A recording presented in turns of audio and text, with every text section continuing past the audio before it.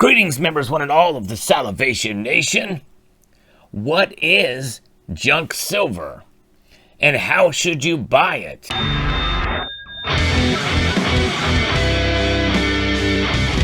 That's the subject of today's video. Junk silver. It's a term that I never have liked. It's been used quite a lot, even before many of you in this community have come together. It's a term that is related to the types of silver that you see before you now. But other names for it, which I prefer, would be constitutional silver, and that's more specific to the display that you see before you of United States coins that were mandated by the Constitution in Article 1, Section 10, that gold and silver should be used as mediums of exchange by the states for debts.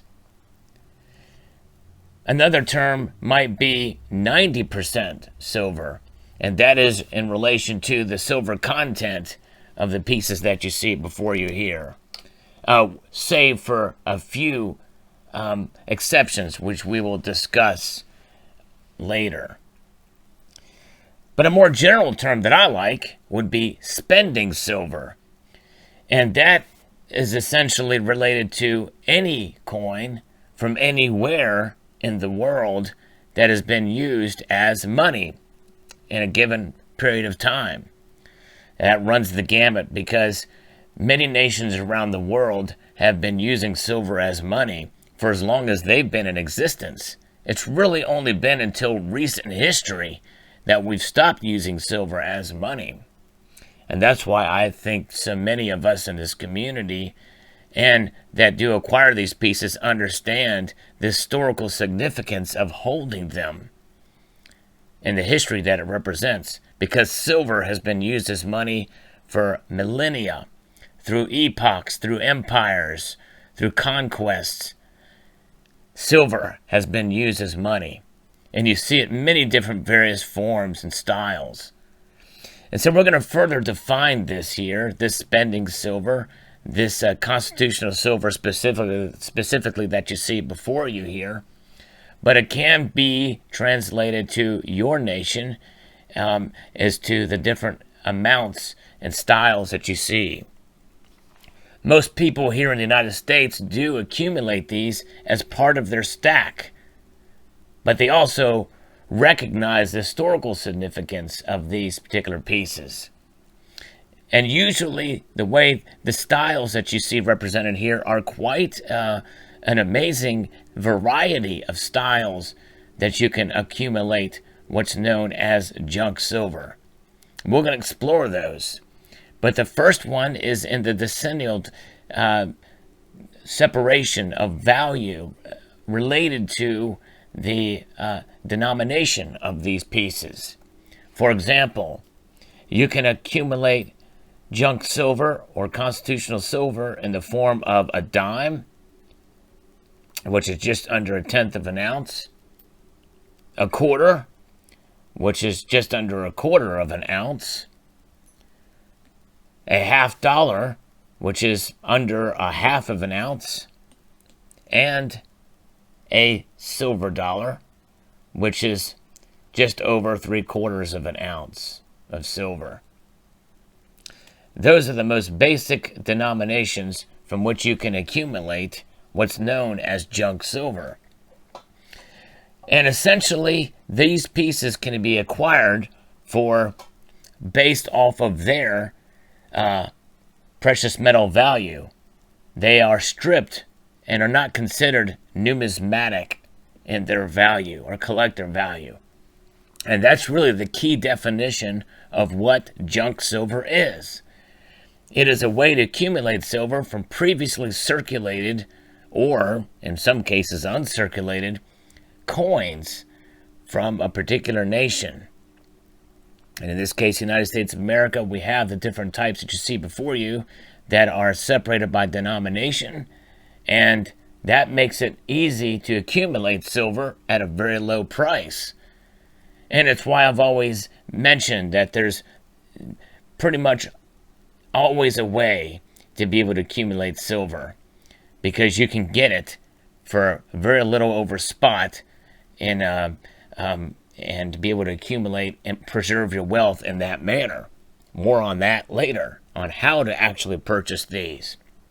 The other format in which you can accumulate what's known as junk silver is through coins that were meant for collectors that have lost all of their collector value. And really, it's the ones that you find in silver proof sets. And so many people are finding that you can accumulate state headquarters that have basically lost all of their numismatic value and are relegated to what's known as the junk bin. And it may not be limited to state headquarters or older proof quarters, but it could also be relegated to essentially commemorative coins as well, that have maybe lost all numismatic value and have been relegated to what we commonly refer to as the junk bin. Here's another example of one of those. This quarter was bought for junk silver prices. Sometimes you can find great bargains when you are looking for junk silver, and we'll discuss that more later.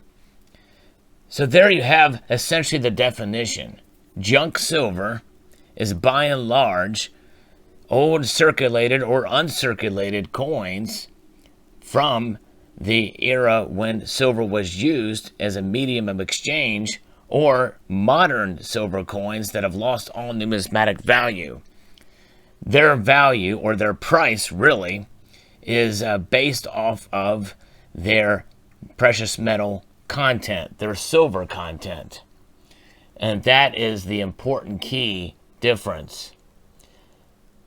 So the term junk is in relation to lack of collectability. It's all a matter of adding weight to the stack. And that's the important definition of junk silver. Now we're going to give you some tips on how to buy these particular pieces.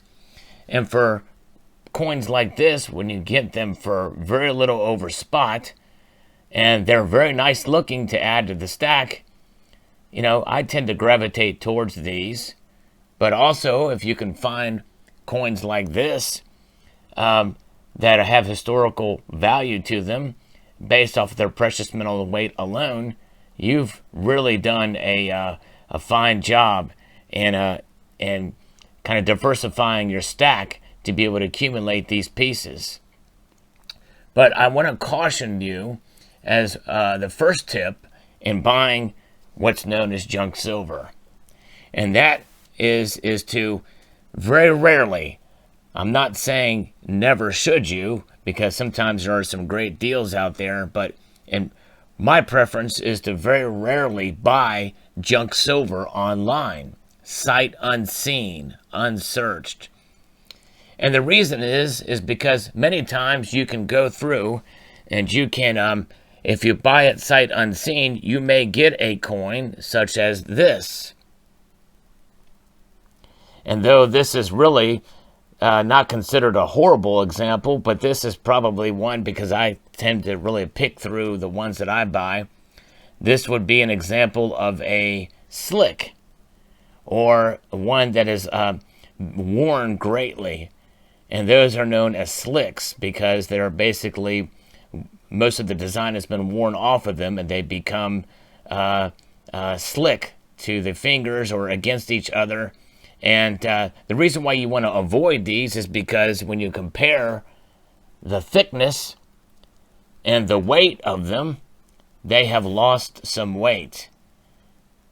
And so if you go to resell these and you have a lot of constitutional silver that is what's known as slicks, then you are essentially getting cheated out of weight. And you don't want that, because part of the reason for accumulating junk silver is so that you can add as much weight as possible. Because I guarantee you, when you go to resell and you have these slicks that come in, they are going to weigh them. They are not going to they're not going to buy them based off their face value.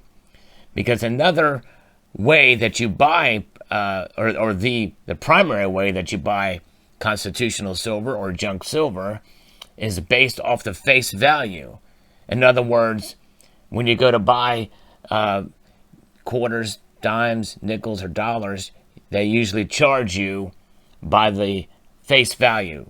So in other words, 10 times face, or 12 times face, 14 times face, that aspect. So if, in other words, if you get a dollar's worth of quarters, that's 4 quarters, you're going to pay $14 if it's 14 times face. That's how it's sold, but that's not how it's bought back by the dealer. They will scrutinize, they will weigh it, because they know. And you should, as a buyer, have the same standard. You should accumulate them by their weight. And so when I buy constitutional silver, I typically, if you're adding just for weight, you go for the later years, the early 60s, such as you see here. This is a 1964 quarter, pretty much uncirculated, AU to BU. And you can get pieces like this where they made a whole lot of them, and you can get them for just a small percentage over spot.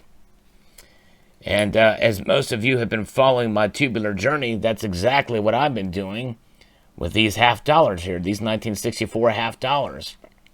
So what I do is I go to my local coin shop, and part of this is you have to at least have access to a local coin shop to be able to make such a purchase.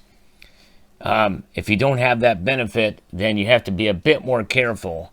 And when you're buying bulk or rolls of constitutional silver.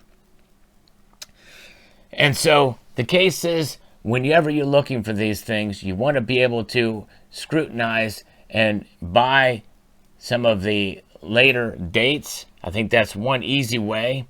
If somebody is selling a roll online, for a sight unseen, and they have them, and they say most of them are the late 50s, early 60s, more than likely you're going to get a greater chance of acquiring those that have been slightly worn or barely worn, or AU condition. And then when you get them in that condition, you know you are going to be able to more than likely get the weight, the full weight of the purchase that you are accumulating. Now, there are times when you will find older coins, such as mercury dimes, and those have a tendency to slick up and to get worn to the point where they lose metal content. And it doesn't take much. A whole roll of slicked out coins can lose quite a lot of amount of silver there.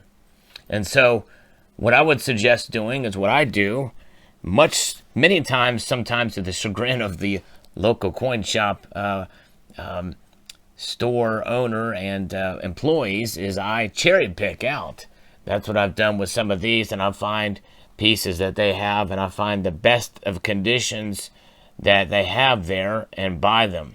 Now this particular coin here is in fairly decent condition, but not in enough condition that would warrant any kind of numismatic value.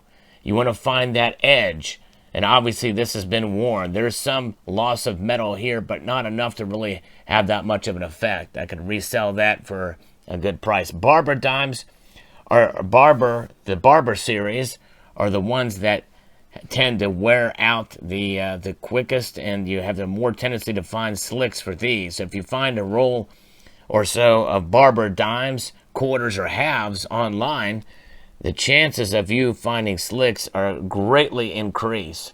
I would avoid these without really scrutinizing them for sure. I would only buy these from your local coin shop and have the ability to pick through the selection there. Finally, Silver dollars. Silver dollars are picky. Many times you will find these for above the spot price and there's a bit of collector value for some of these. So you have to be very careful buying these. You can buy cull silver dollars, but the culls are very worn and slicked out, and you should only buy them by their weight. I would not purchase them. You have to be very careful buying silver dollars because pieces like this many times will sell for somewhat over the normal price per dollar than your regular constitutional quarters, dimes, and halves. Finally, the last part of junk silver is things like the 35% nickel, what's known as the war nickel, or 40% half dollar. I would generally avoid these. And the reason is because their precious metal content is not quite as recognized. You can find great deals on these for sure. Sometimes you can find them at spot, or many times you can find them at spot. But they're a bit more difficult to liquidate because of their odd precious metal content. So I typically avoid these. If you can get them at spot, you're really not at a loss, but liquidating them may be a bit more of a challenge. So there you have it. Those are some basic tips on how to buy what's known as junk silver. I hope you enjoyed this video and the different various types of pieces that you see here. Remember, accumulating these things will preserve your wealth, but find the right way and style, and to do that can be a challenge. And if you don't have access to a local coin shop, you are sort of at the mercy of the seller when purchasing these in any quantity. So just be alert and be aware, and enjoy accumulating. And I hope you enjoyed this video. I would like to extend a multitude of gratitude to y'all for watching, and encourage you to please rate, comment, and subscribe.